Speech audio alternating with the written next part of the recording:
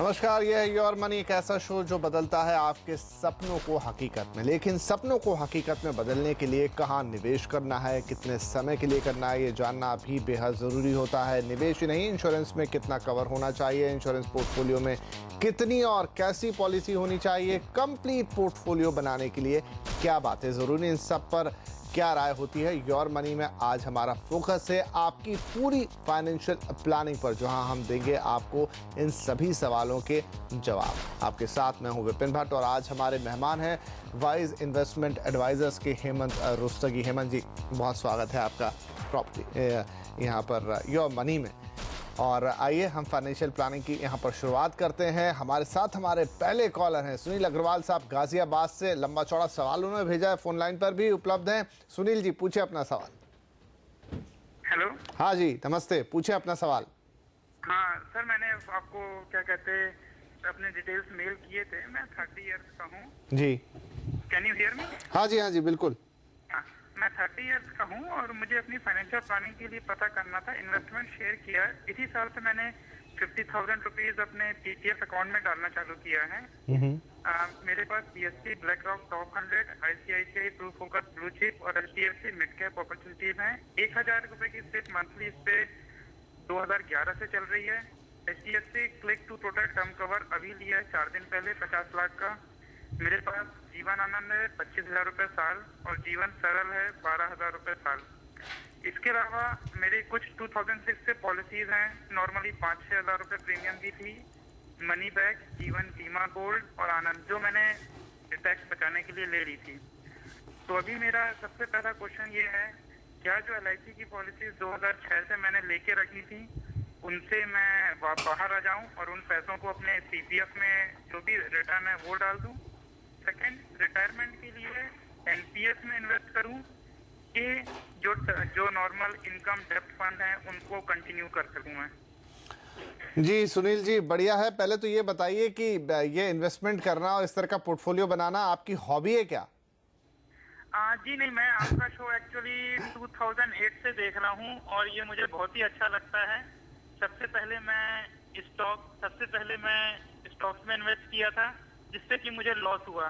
फिर आपके शो से ही मैंने म्यूचुअल फंड चालू किया। ये सारे इन्वेस्टमेंट जो चलिए, बहुत ही बढ़िया है। मेरा तो पूछने का तात्पर्य ये था कि आपने इतना लंबा चौड़ा पोर्टफोलियो बना लिया है तो एक पैशन की जरूरत होती है उसके, लेकिन अब ये पोर्टफोलियो कितना सही है, कितना वाजिब है, सही दिशा में जा रहा है कि नहीं, यही सबसे इंपॉर्टेंट बात है। हेमंत जी उसके लिए हमारे साथ है। हेमंत जी, बढ़िया सा पोर्टफोलियो इनके पास, लेकिन अब आप बताइए कि कितना बैलेंस्ड है। देखिए, सबसे पहले तो मैं कहूँगा कि इन्होंने जो शुरुआत की इन्होंने, मुझे लगता है बिल्कुल सही स्टेज पे हैं। उनकी उम्र है करीब 30 साल और रिटायरमेंट प्लानिंग की बात कर रहे हैं तो करीब 30 साल और हैं। और इसके बीच में इनके पास इतना समय है कि जो भी इनके गोल्स हों, चाहे वो शॉर्ट टर्म हो या मीडियम टर्म हो या लॉन्ग टर्म हो, उनको अचीव करने का मुझे लगता है इनके पास काफ़ी सारा समय है। तो आई थिंक बिल्कुल मेरा ये मानना है कि सुनील, आपकी जो शुरुआत है वो बिल्कुल सही है। लेकिन और आपने जो एक्चुअली जो प्रोसेस तो शुरू कर दिया, लेकिन मुझे लगता है कहीं ना कहीं जो पूरा प्रोसेस जो होना चाहिए फाइनेंशियल प्लानिंग का, उसमें कहीं ना कहीं थोड़ी चूक हुई है। उसके बारे में हम आपसे बात करते हैं। सबसे पहले तो क्या इन्होंने, जैसे हम फाइनेंशियल प्लानिंग की बात करते हैं तो हमेशा जो एक इंपॉर्टेंट फैक्टर होता है रिस्क मैनेजमेंट, राइट। क्योंकि अगर आप देख लें तो फिर कोई आप रिस्क नहीं लेते हैं आगे। यानी हम बात कर रहे हैं यहाँ पे लाइफ इंश्योरेंस की, हम बात कर रहे हैं हेल्थ इंश्योरेंस की, हम बात कर रहे हैं जो भी आपने प्रॉपर्टी बनाई हो उसकी इंश्योरेंस की। और साथ में एक इंपॉर्टेंट एस्पेक्ट ये है कि आप एक इमरजेंसी फंड बनाइए जो हम तकरीबन कहते हैं कि 6 महीने के एक्सपेंसेस के बराबर होना चाहिए, ताकि कोई भी इमरजेंसी आए आपको तो आप लिक्विडिटी की वजह से उसकी कोई परेशानी आपको ना हो। अब यहाँ पे अगर हम देखें जो टर्म प्लान है इन्होंने लिया है 50 लाख का। टर्म प्लान मैं कह दूं कि बहुत ही अच्छा प्रोडक्ट है। अगर आपको प्योर रिस्क कवर चाहिए तो मुझे लगता नहीं कि इससे अच्छा कोई प्रोडक्ट है, क्योंकि एक तो आपको जितना इंश्योरेंस चाहिए वो मिलता है जो आपको ट्रेडिशनल इंश्योरेंस में नहीं मिलेगा, और उसका जो प्रीमियम है वो भी काफ़ी कम रहता है। लेकिन यहाँ पे जो इन्होंने जो रिस्क कवर लिया है वो 50 लाख का लिया है और उन्होंने कहा है कि इनकी एनुअल इनकम जो है करीब 9.5 लाख है। तो अगर हम एक थंब रूल भी लगाएं 10 गुना आपकी जो इनकम का, तो भी 1 करोड़ का चाहिए। तो सबसे पहले तो मुझे लगता है कि इनको एक 50 लाख की और टर्म प्लान लेनी चाहिए। इनके पास HDFC की क्लिक टू प्रोटेक्ट है, बेसिकली वो काफ़ी अच्छी प्लान है, उन्हीं में और 50 लाख की दूसरी एडिशन कर लेंगे तो बढ़िया वो ये रहेगा। कर सकते हैं। Right. दूसरा इन्होंने कहा कि पेरेंट्स के लिए उन्होंने हेल्थ इंश्योरेंस लिया है। इन्होंने ये कहा कि वो शादीशुदा, ये नहीं कहा कि उनके बच्चे हैं कि नहीं। पेरेंट्स के लिए इन्होंने यहाँ पे हेल्थ इंश्योरेंस लिया है। अपने बारे में और अपनी वाइफ के बारे में, अगर बच्चे हैं तो उनके बारे में कोई भी जो हेल्थ इंश्योरेंस है कि नहीं, अगर उन्होंने नहीं बताया है, अगर वो नहीं है तो मैं कहूँगा कि वो आप ले लीजिए। एक यंग फैमिली है तो एक फैमिली फ्लोटर जो हेल्थ इंश्योरेंस प्लान है वो अगर ले लेंगे तो बिल्कुल ठीक है। और जैसा मैंने कहा अभी कि एक इमरजेंसी फंड बना लीजिए आपके 6 महीने के एक्सपेंसेस से। उसका इंपॉर्टेंट फैक्टर इसलिए है कि जैसे आप लॉन्ग टर्म के लिए प्लान कर रहे हैं अपनी इंश्योरेंस, अपनी जो रिटायरमेंट प्लानिंग के या घर बनाने के लिए, तो कहीं भी आपको कहीं किसी तरीके से रुकावट यहाँ पे नहीं आएगी। तो इन्होंने कहा यहाँ पे इनके 2 इंपॉर्टेंट गोल हैं यहाँ पे।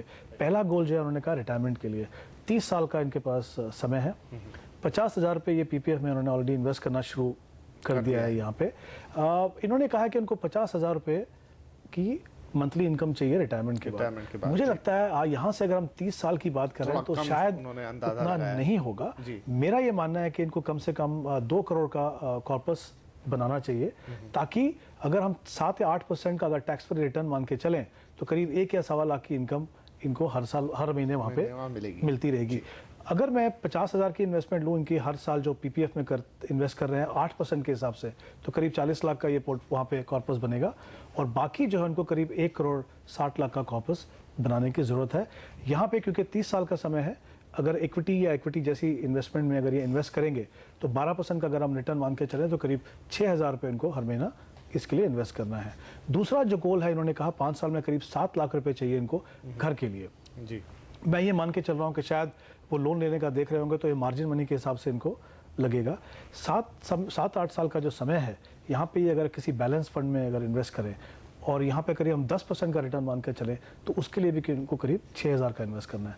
तो कुल मिला के 12,000 की इन्वेस्टमेंट करनी है, जो इनके एडिशनल 50,000 की जो इन्वेस्टमेंट कर रहे हैं उसके अलावा मिला के 62,000 रुपए का इनको टोटल इन्वेस्टमेंट करना है। जी बिल्कुल। इसके अलावा इन्होंने कहा इनके पास कुछ ट्रेडिशनल प्लान्स हैं, जैसे जीवन सरल है, जीवन आनंद है। मुझे लगता है कि अगर ये अपनी इंश्योरेंस को 1 करोड़ कर लें तो जो ट्रेडिशनल प्लान है उसको इनको धीरे धीरे फेज आउट करना चाहिए, क्योंकि इतने लंबे समय के लिए इन जो पॉलिसीज में आपको इतनी अच्छी रिटर्न नहीं मिलेगी कि आप इन्फ्लेशन को बीट कर सकें। एक तो ये है। दूसरी, इनकी जो इन्वेस्टमेंट है, यहाँ पे 3 फंड की उन्होंने बात की है। एक ही चेंज मैं इनको यहाँ पर रिकमेंड करना चाहूँगा कि DSP BlackRock 100 को अगर वहाँ पे SIP बंद करके आप बिरला सन लाइफ फ्रंटलाइन इक्विटी में अगर आप कर ले, और तीनों फंड में जो बाकी 2 फंड हैं ICICI फोकस और HDFC मिड कैप अपॉर्चुनिटी, तीनों में अगर 2-2 हज़ार रुपये इन्वेस्ट करें तो जैसा मैंने कहा 6,000 की इन्वेस्टमेंट करने की जरूरत है आपको।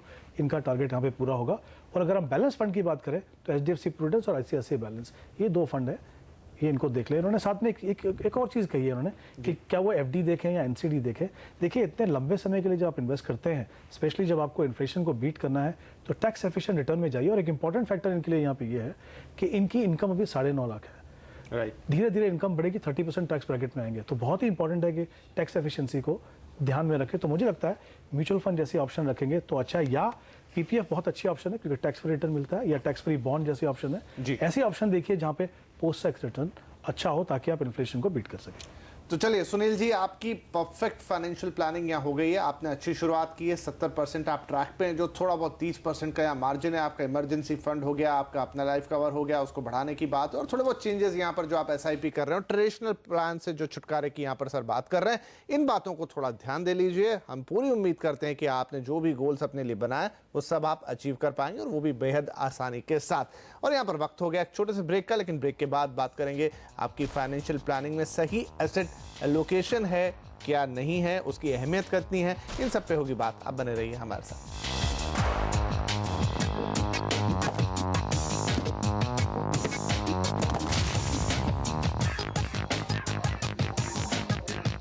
एक बार फिर स्वागत है आपका योर मनी में। आज हम कर रहे हैं आपकी पूरी फाइनेंशियल प्लानिंग, और हमारे साथ बने हुए हेमंत रुस्तगी। तो आइए तुरंत आगे बढ़ाते हैं सिलसिले को। सबीर सिद्दीकी साहब हैं अब हमारे साथ, राजस्थान से फोन कर रहे हैं। सबीर भाई, पूछे अपना सवाल। हेलो। हाँ जी, हेलो। हाँ सबीर जी, आवाज आ रही है आपको हमारी? आप सवाल पूछें। हाँ जी, अभी आवाज आ रही है। मैं बेसिकली अपना और आप अपने टीवी का वॉल्यूम, हाँ सबीर भाई, लेकिन एक रिक्वेस्ट है कि टीवी की वॉल्यूम कम कर दीजिए, नहीं तो दो बार आवाजें आएंगी, कंफ्यूजन होगा। टीवी का वॉल्यूम कम कर लीजिए, टीवी ऑन रहने दीजिए और सवाल आगे बढ़ाइए।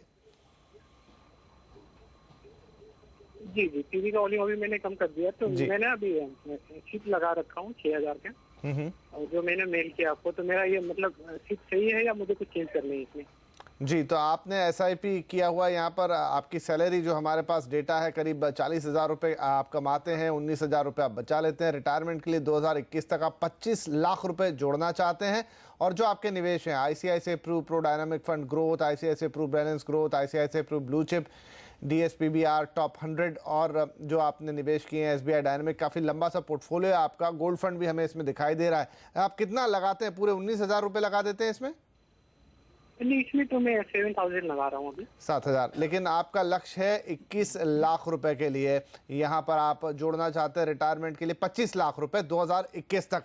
तो आइए हेमंत जी से पूछते हैं कि आपने जो भी ये फाइनेंशियल प्लानिंग की, ये सही है? आप अपने लक्ष्य को पा पाएंगे या आपको थोड़ा सा दिशा में परिवर्तन करने की जरूरत है? हेमंत जी, क्या सलाह होगी? देखिए, इन्होंने कहा कि इनका एक ही गोल की इन्होंने बात की है। इन्होंने कहा कि रिटायरमेंट प्लानिंग करना चाहते हैं, 8 साल 2021 की बात कर रहे हैं कि रिटायर होना चाहते हैं, और करीब 25 लाख का कॉर्पस चाहिए। तो यहाँ पे अगर हम देखें तो टारगेट हो गया आपका 25 लाख, और आपका जो टाइम होराइजन है वो है 8 साल। अब 8 साल का टाइम होराइजन एक्चुअली देखा जाए तो ठीक है, पर इतना ज़्यादा अच्छा नहीं है, बहुत लंबा नहीं है कि आपको बहुत ज़्यादा रिस्क ले सके, क्योंकि एक स्टेज पे हैं जहाँ पे 8 साल में इनको रिटायर होना है। अभी अगर हम इनकी इन्वेस्टमेंट को देखें इस समय पे, तो ये बोल रहे हैं कि 7,000 रुपये PF में इन्वेस्ट कर रहे हैं, जो उनके प्रोविडेंट फंड है वहाँ पे जा रहा है। 2,000 रुपये ये इन्वेस्ट कर रहे हैं रेकरिंग डिपॉजिट में जो बैंक में जा रहा है, और 7,000 रुपये इन्वेस्ट कर रहे हैं म्यूचुअल फंड में।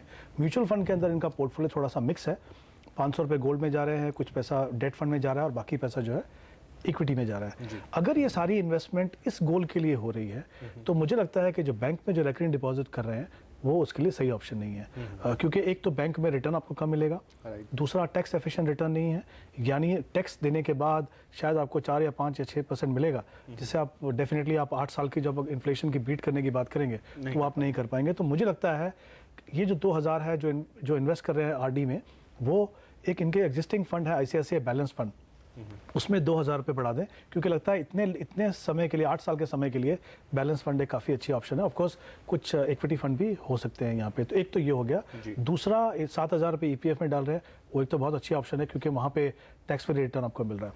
7,000 रुपये जो बाकी इनकी जो इन्वेस्टमेंट हो रही है म्यूचुअल फंड के अंदर, जैसा मैंने कहा, वहाँ पे कुछ पैसा जो है वो डेट फंड में जा रहा है। 8 साल के लिए अगर आप SIP से इन्वेस्ट कर रहे हैं, तो डायनेमिक बॉन्ड फंड जैसा फंड जो है, मुझे लगता नहीं वो सही ऑप्शन है, वहाँ से उनको डेफिनेटली बंद करना चाहिए। और गोल्ड फंड में 500 रुपये है, ना तो वो आपको किसी तरीके से मदद करेगा, ना ही वो किसी तरीके से आपको इन्फ्लेशन के अगेंस्ट हेज देगा, क्योंकि बहुत छोटा सा हिस्सा है आपके पोर्टफोलियो का, तो वो बंद कर सकते हैं।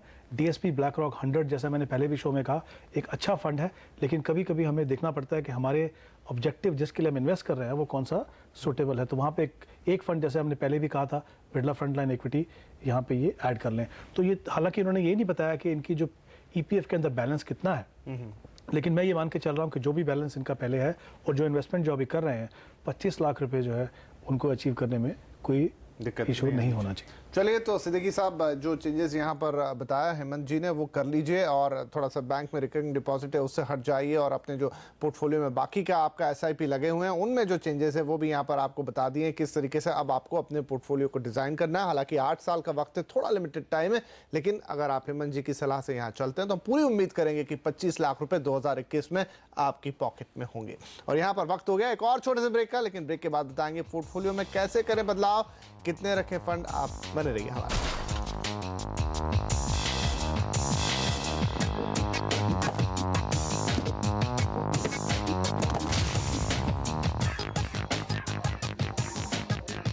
यो मनी में आपका एक बार फिर स्वागत है। आज हम कर रहे हैं आपकी पूरी फाइनेंशियल प्लानिंग। हमारे साथ बने हुए हेमंत जी। आइए सवाल जवाब के सिलसिले को आगे बढ़ाएं। अब फोन लाइन पर हमारे साथ है गणेश सिंह, पटना बिहार से। गणेश जी, पूछे अपना सवाल।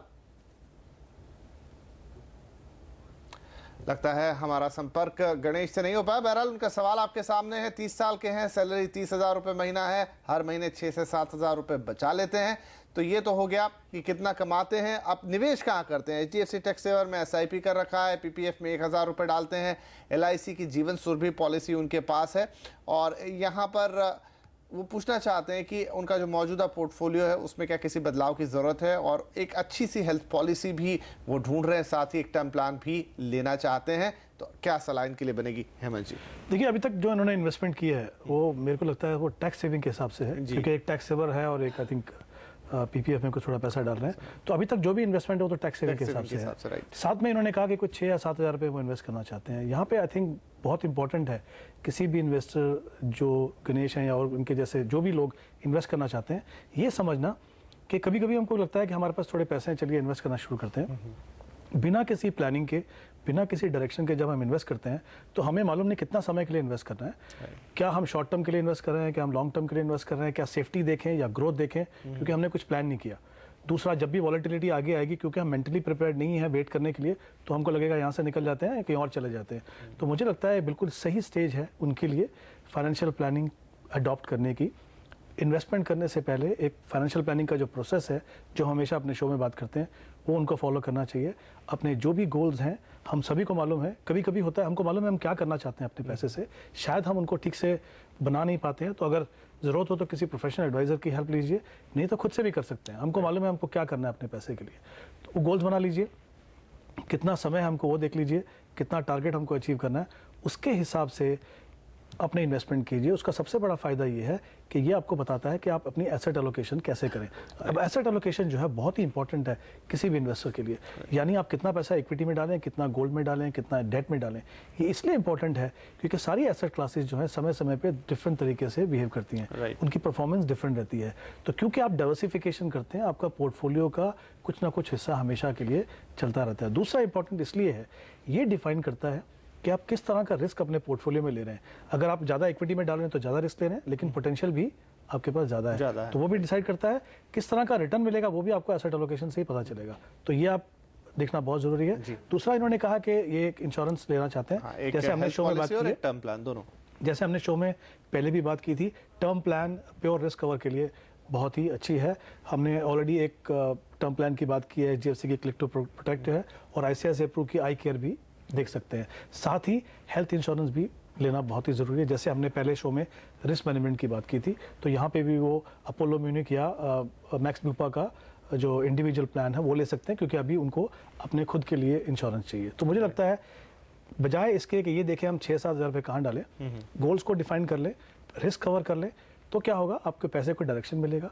जिस तरीके से जो पैसा इन्वेस्ट होना चाहिए वो होगा, आप मेंटली प्रिपेयर्ड रहेंगे वॉलेटिलिटी के लिए, लॉन्ग टर्म में आपको काफ़ी अच्छी ग्रोथ मिल सकती है। चलिए जी, तो यहाँ पर आपके लिए यही सलाह जो आपने मांगा था, टर्म प्लान कौन सा लें और इंश्योरेंस कौन सा लें, वो तो बता दिए, लेकिन ज़्यादा महत्वपूर्ण, ज़्यादा बड़ी सलाह आपके लिए ये कि अपने पैसे को यूं ही मत कहीं लगा दीजिए, उसके लिए एक प्रॉपर प्लानिंग कीजिए, एसेट एलोकेशन कीजिए, और फिर रफ्ता रफ्ता एक लक्ष्य बनाइए और उसकी तरफ बढ़िए। और उस बीच अगर आपको ज़रूरत पड़ती है किसी सलाह की, तो हम आपके लिए हैं ही। फिलहाल हेमंत जी, बहुत शुक्रिया, आप आए और आपने हमारे दर्शकों को महत्वपूर्ण सलाह दी। योर मनी में आज के लिए इतना ही, लेकिन आपसे लगातार मुलाकात होती रहेगी योर मनी में, और करते रहेंगे आपकी फाइनेंशियल प्लानिंग। फिलहाल के लिए दीजिए इजाज़त, नमस्कार।